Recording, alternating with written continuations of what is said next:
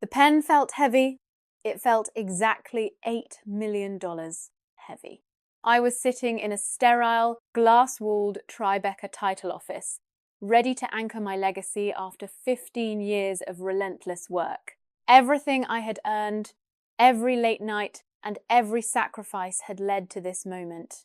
But as I flipped through the closing documents, my world turned cold. I had foolishly trusted Tyler when he said our longtime family attorney had pre-cleared the digital drafts. I realize now that the attorney was likely on Jennifer's payroll, not mine.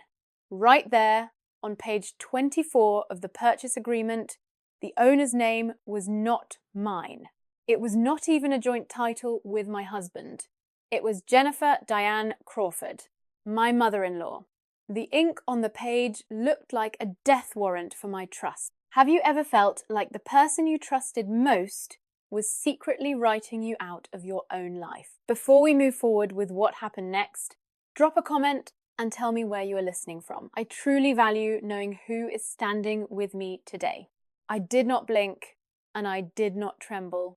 I simply placed the pen back on the mahogany table with a sharp, deliberate click that seemed to echo in the room. Across from me, my husband, Tyler, would not meet my eyes. He was spinning his wedding ring, a nervous habit that I used to find endearing, but now it felt like the frantic tick of a court man. Jennifer sat perfectly still, her expression a mask of serene entitlement, like a cat that had already swallowed the canary and was now just waiting for someone to pour her a saucer of cream. Tyler leaned in, his voice forced and low, trying to maintain the facade. "Honey, just sign and pay," he whispered. "It is just an administrative formality, a tax strategy. My mother's accountant said this would save us nearly $400,000 over the next 10 years. You were on your laptop last month when I explained it, and you said it sounded good. That is the thing about gaslighting. It is designed to make you doubt your own sanity when you are at your most exhausted. For a microsecond, I actually wondered if I had missed a conversation, but I am a tech chief executive officer. I do not sounds good my way through $8 million asset acquisitions. I know exactly what I agreed to, and a mother-in-law on a deed was never part of the contract. I need 5 minutes with my husband, I said, privately. The broker began to protest about Manhattan real estate timelines and the seller's expectations, but I did not wait for her to finish. I stood up and walked toward the narrow hallway. In the hallway, the mask fell off instantly. Gone was the charming venture capitalist who slow danced with me on Sunday nights. In his place was a defensive stranger with a hardening jaw. "Grace, you are embarrassing me in there," he snapped. I kept my voice like a razor. "Your mother's name is on a property that is being funded entirely by my premarital savings and my company dividends. Why?" He ran his hand through his hair, a boyish gesture that now looked like a frantic stall for time. He argued that it was for asset protection, so that if my company ever faced a lawsuit, creditors could not touch a loft in her name. But I understood with perfect, crystalline clarity exactly what was happening. By family, he meant Jennifer. If I signed that paper, I was gifting her $8 million and leaving myself with zero legal claim to my own home. Tyler's face went dark when I refused. "Fine," he said. "Kill the deal. Walk away from the penthouse you have been obsessing over, but do not expect me to fix this when someone else buys it tonight." I stood there, watching the digital clock on the wall. It was 1:51 in the afternoon. By 2:03, I was not just walking away from a condo. I was walking away from a life I realized I had never actually owned. I built my legacy in a studio apartment that smelled like burnt coffee and late-night ambition. 15 years. That is how long it took to climb from a single laptop to a tech firm valued at $25 million. I am a woman of logic and data. I walk into failing businesses and find the rot before it kills the host. But as I sat in my car outside that office, I had to face a humiliating audit of my own life. I had found the rot in my own living room. For years, I told myself that Tyler was my anchor. While I was pulling 80-hour weeks and preparing for our initial public offering, he was the charming one who made sure the home life was comfortable. I realize now that he was not threatened by my success because he was too busy calculating how to harvest it. I had become the architect of my own prison, a psychological house of cards. I was a professional fixer, and I had turned my trust into a survival mechanism. It was a prison without bars.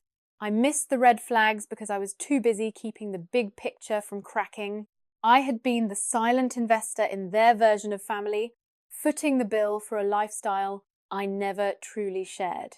Jennifer's linen napkins and her Wedgwood china were just the scenery for my appraisal.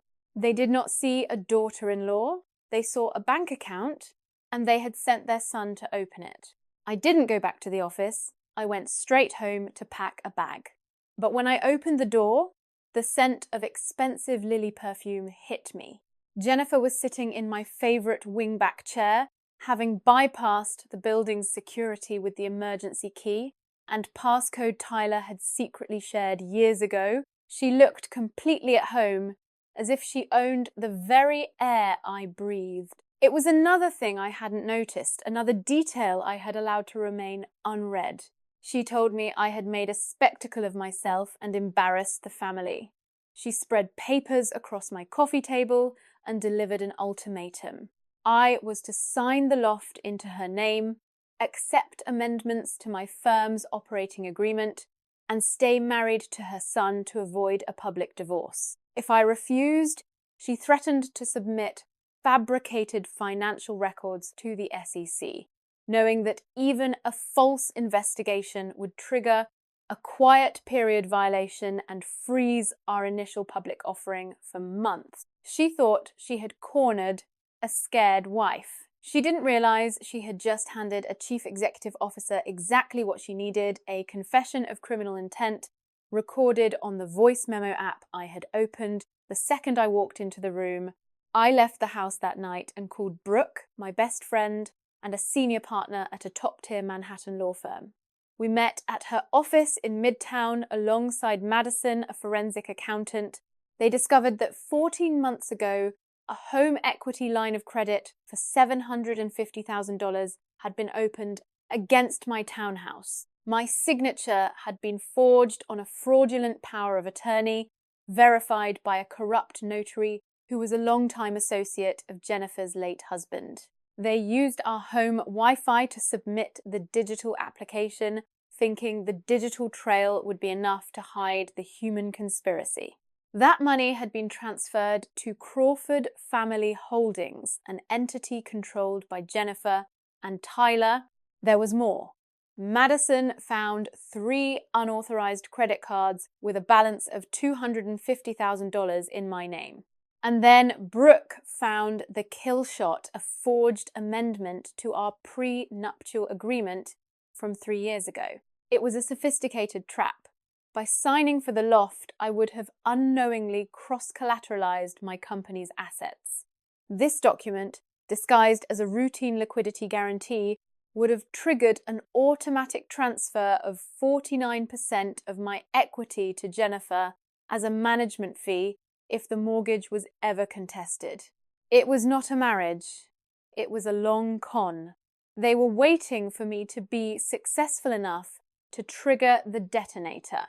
But they were shocked that I had stopped playing along before they could cash the check. They were waiting for me when I returned to the townhouse.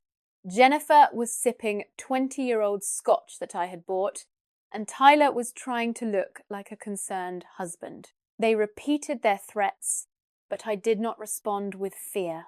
I simply plugged my laptop into the television and displayed the forensic audit in high definition. Every fraudulent cent was mapped out.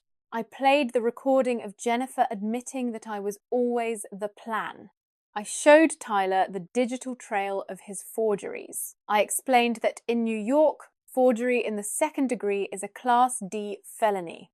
The doorbell rang, and it was the authorities Brooke had alerted regarding the documented identity theft and felony forgery. Tyler was not a partner. He was a liability I was finally writing off. Jennifer's mask crumbled into frantic excuses as the police entered to take them into custody. Tyler pleaded guilty to identity theft and fraud, receiving 3 years in state prison. Jennifer went to trial, but the recording killed her defense. She was convicted and sentenced to 5 years. The legal victory was absolute. My company was mine again, solely and completely. I rebranded it to Sovereign Systems and led an initial public offering with a valuation of $100 million. I have spent many afternoons in therapy dissecting the illusion of power from an empty wallet. I realized that Tyler and Jennifer never had internal value. They only had what they could extract from me. Their social standing was a costume they had rented using my life's work. The moment I cut the flow of resources, their perceived power vanished. I've come to realize that the most dangerous lie we tell ourselves is that love requires us to stop paying attention. Your ambition is not a disease, and your success is not a family resource to be harvested. I live by the page 24 principle now. Your love for someone else must never exceed your respect for the effort you have invested in your own life. I am 40 now. It took 2 grueling years of legal battles to clear my name and rebuild what they broke, but my company is thriving. My credit score has finally climbed back to 820, and my new loft is full of light and truth. I will never again hand someone a pen and say, "Just sign," because I finally know exactly what I am worth. If this story reminded you to check the page 24 in your own life, please share this video with someone who needs to hear it. Don't let your big picture blind you to the small details. Subscribe to join our community. And remember, sovereignty is the only legacy that truly lasts.